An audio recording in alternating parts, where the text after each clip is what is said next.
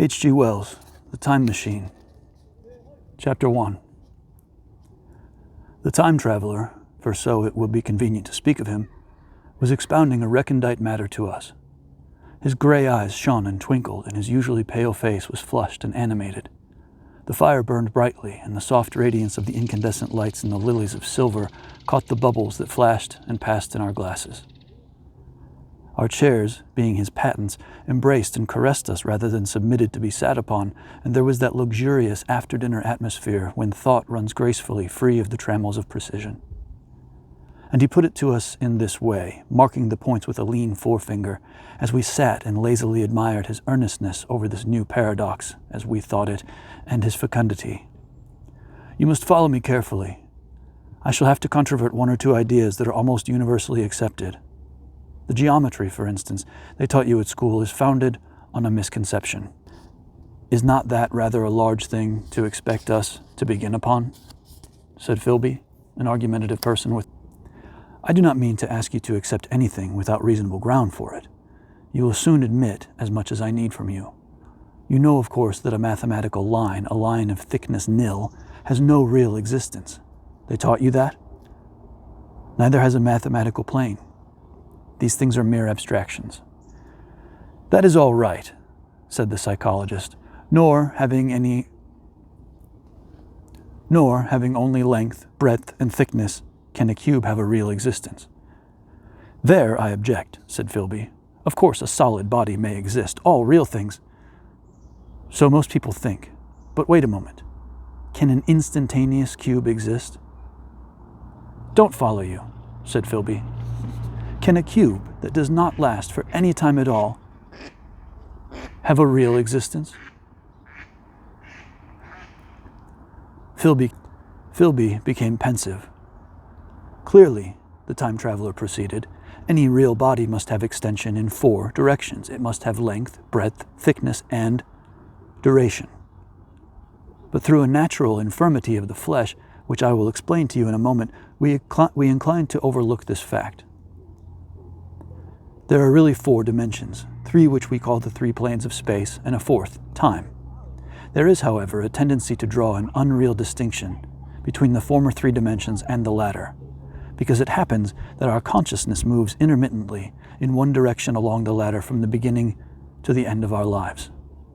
That, said a very young man, making spasmodic efforts to relight his cigar over the lamp, that, very clear indeed. Now, it is very remarkable that this is so extensively overlooked, continued the time traveler with a slight accession of cheerfulness.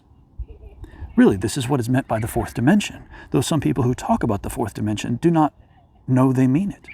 It is only another way of looking at time.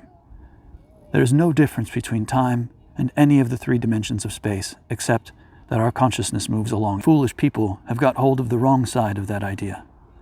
You have all heard what they have to say about this 4th dimension? I have not, said the provincial mayor. It is simply this, that space, as our mathematicians have it, is spoken of as having 3 dimensions, which one may call length, breadth, and thickness, and is always definable by reference to 3 planes, each at right angles to the others. But some philosophical people have been asking why 3 dimensions particularly, why not another direction at right angles to the other 3, and have even tried to construct a 4th dimension geometry. Professor Simon Newcomb was expounding this to the New York Mathematical Society only a month or so ago. You know how on a flat surface, which has only 2 dimensions, we can represent a figure of a 3rd-dimensional solid, and similarly, they think that by models of 3 dimensions, they could represent one of 4, if they could master the perspective of the thing. See? I think so, murmured the provincial mayor, and knitting his brows, he lapsed into an introspective state, his lips moving as one who repeats mystic words. Yes, I think I see it now, he said after some time, brightening in a quite transitory manner. Well, I do not mind telling you that I have been at work upon this geometry of 4 dimensions for some time. Some of my results are curious.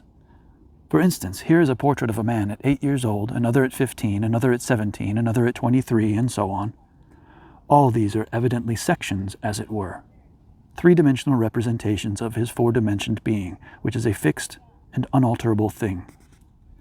Scientific people, proceeded the time traveler, after the pause required for the proper assimilation of this, know very well that time is only a kind of space.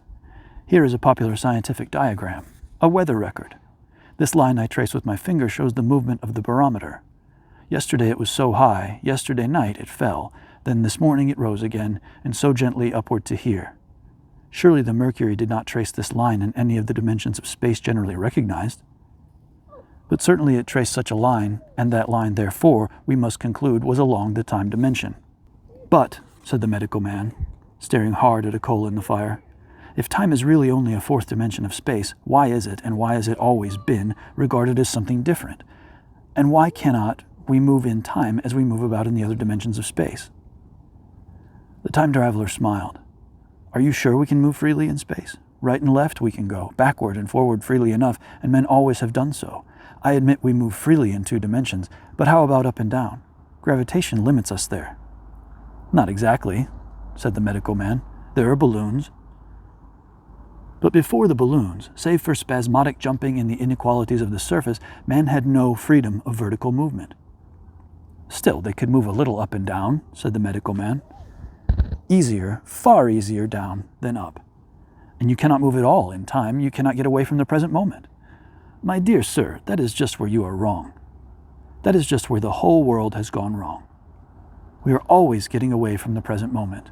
Our mental existences, which are immaterial and have no dimensions, are passing along the time dimension with a uniform velocity from the cradle to the grave, just as we should travel down if we began our existence 50 miles above the Earth's surface. But the great difficulty is this, interrupted the psychologist. You can move about in all directions of space, but you cannot move about in time. That is the germ of my great discovery. But you are wrong to say that we cannot move about in time. For instance, if I am recalling an incident very vividly, I go back to the instant of its occurrence. I become absent-minded, as you say. I jump back for a moment. Of course, we have no means of staying back for any length of time, any more than a savage or an animal has of staying 6 feet above the ground. But a civilized man is better off than the savage in this respect. He can go up against gravitation in a balloon, and why should he not hope that ultimately he may be able to stop or accelerate his drift along the time dimension, or even turn about and travel the other way? Oh, this, began Philby, is all... Why not? Said the time traveler. It's against reason, said Philby. What reason? Said the time traveler. You can show black is white by argument, said Philby, but you will never convince me. Possibly not, said the time traveler, but now you begin to see the object of my investigations into the geometry of 4 dimensions. Long ago, I had a vague inkling of a machine. To travel through time, exclaimed the very young man. That shall travel indifferently in any direction of space and time as the driver determines. Philby contented himself with laughter. But I have experimental verification, said the time traveler. It would be remarkably convenient for the historian, the psychologist suggested. One might travel back and verify the accepted account of the Battle of Hastings, for instance. Don't you think you would attract attention, said the medical man. Our ancestors had no great tolerance for anachronisms. One might get one's Greek from the very lips of Homer and Plato, the very young man thought, in which case they would certainly plow you for the little go. The German scholars have improved Greek so much. Then there is the future, said the very young man. Just think, one might invest all one's money, leave it to accumulate at interest, and hurry on ahead. To discover a society, said I, erected on a strictly communistic basis. Of all the wild, extravagant theories, began the psychologist. Yes, it so seemed to me, and so I never talked of it until... Experimental verification, cried I. You are going to verify that? The experiment, cried Philby, who was getting brain-weary. Let's see your experiment anyhow, said the psychologist, though it's all humbug, you know. The time traveler smiled round at us. Then still, smiling faintly and with his hands deep in his trouser pockets, he walked slowly out of the room, and we heard his slippers shuffling down the long passage to his laboratory. The psychologist looked at us. I wonder what he's got. Some sleight of hand trick or other, said the medical man, and Philby tried to tell us about a conjurer he had seen at Burslem, but before he had finished his preference, the time traveler came back, and Philby's anecdote collapsed. The thing the time traveler held in his hand was a glittering metallic framework, scarcely larger than a small clock, and very delicately made. There was ivory in it, and some transparent crystalline substance. And now I must be explicit, for this that follows, unless his explanation is to be accepted, is an absolutely unaccountable thing. He took one of the small octagonal tables that were scattered about the room and set it in front of the fire, with 2 legs on the hearthrug. On this table he placed the mechanism. Then he drew up a chair and sat down. The only other object on the table was a small shaded lamp, the bright light of which fell upon the model. There were also perhaps a dozen candles about, 2 in brass candlesticks upon the mantel and several in sconces, so that the room was brilliantly illuminated. I sat in a low armchair nearest the fire, and I drew this forward so as to be almost between the time traveler and the fireplace. Philby sat behind him, looking over his shoulder. The medical man and the provincial mayor watched him in profile from the right, the psychologist from the left. The very young man stood behind the psychologist. We were all on the alert. It appears incredible to me that any kind of trick, however subtly conceived and however adroitly done, could have been played upon us under these conditions. The time traveler looked at us and then at the mechanism. "Well," said the psychologist.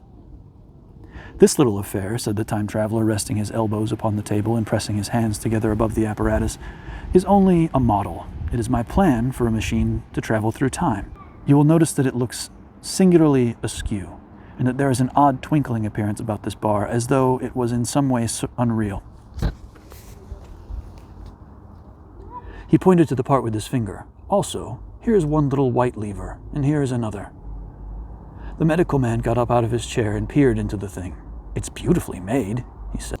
"It took 2 years to make," retorted the time traveler. Then, when we had all imitated the action of the medical man, he said, "Now I want you to clearly understand that this lever being pressed over sends the machine gliding into the future, and this other reverses the motion. This saddle represents the seat of a time traveler. Presently, I'm going to press the lever, and off the machine will go. It will vanish, pass into future time, and disappear. Have a good look at the thing. Look at the table too, and satisfy yourselves there is no trickery. I don't want to waste this model, and then be told I'm a quack." There was a minute's pause, perhaps. The psychologist seemed about to speak to me, but changed his mind. Then the time traveler put forth his finger towards the lever. "No," he said suddenly, "lend me your hand," and turned to the psychologist. He took that individual's hand in his own and told him to put out his forefinger, so that it was the psychologist himself who sent forth the model time machine on its interminable voyage. We all saw the lever turn. I'm absolutely certain there was no trickery. There was a breath of wind, and the lamp flame jumped.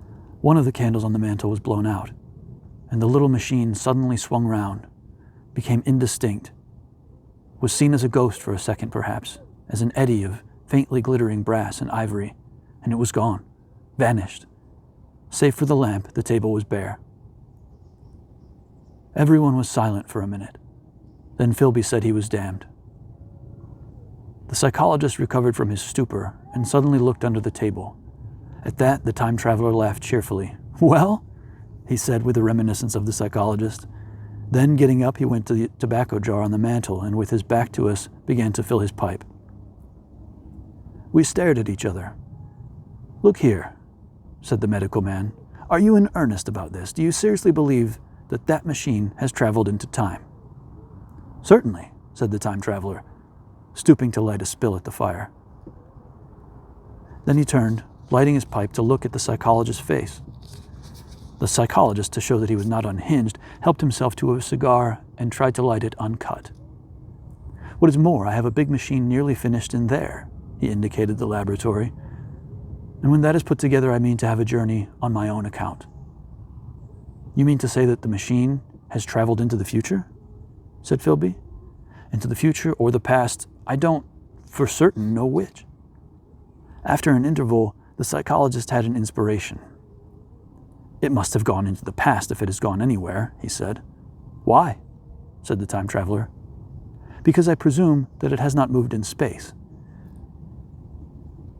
And if it traveled into the future, it would still be here all this time, since it must have traveled through this time. But," I said, If it traveled into the past, it would have been visible when we came first into this room, and last Thursday when we were here, and the Thursday before that, and so forth. Serious objections, remarked the provincial mayor with an air of impartiality, turning towards the time traveler. Not a bit, said the time traveler, and to the psychologist, you think you can explain that. It's presentation below the threshold, you know, diluted presentation. Of course, said the psychologist, and reassured us. That's a simple point of psychology. I should have thought of it. It's plain enough and helps the paradox delightfully. We cannot see it, nor can we appreciate this machine any more than we can spoke of a wheel spinning or a bullet flying through the air. If it is traveling through time 50 times or 100 times faster than we are, if it gets through a minute while we get through a second, the impression it creates will of course be only 1/50th or 1/100th of what it would make if we were not traveling in time. That's plain enough. He passed his hand through the space in which the machine had been. You see? He said, laughing. We sat and stared at the vacant table for a minute or so. Then the time traveler asked us what we thought of it all. It sounds plausible enough tonight, said the medical man, but wait until tomorrow. Wait for the common sense of the morning. Would you like to see the time machine itself? Asked the time traveler. And therewith, taking the lamp in his hand, he led the way down the long, drafty corridor to his laboratory. I remember vividly the flickering light, his queer, broad head in silhouette, the dance of the shadows, how we all followed him, puzzled out incredulous, and how, there in the laboratory, we beheld a larger edition of the little mechanism which we had seen vanish from before our eyes. Parts were of nickel, parts were of ivory, parts had certainly been filed or sawn out of rock crystal. The thing was generally complete, but the twisted crystalline bars lay unfinished upon the bench beside some sheets of drawings, and I took one up for a better look. Quartz, it seemed to be. Look here, said the medical man. Are you perfectly serious, or is this a trick, like that ghost you showed us last Christmas? Upon that machine, said the time traveler, holding the lamp aloft, I intend to explore time. Is that plain? I was never more serious in my life. None of us quite knew how to take it. I caught Philby's eye over the shoulder of the medical man, and he winked at me solemnly.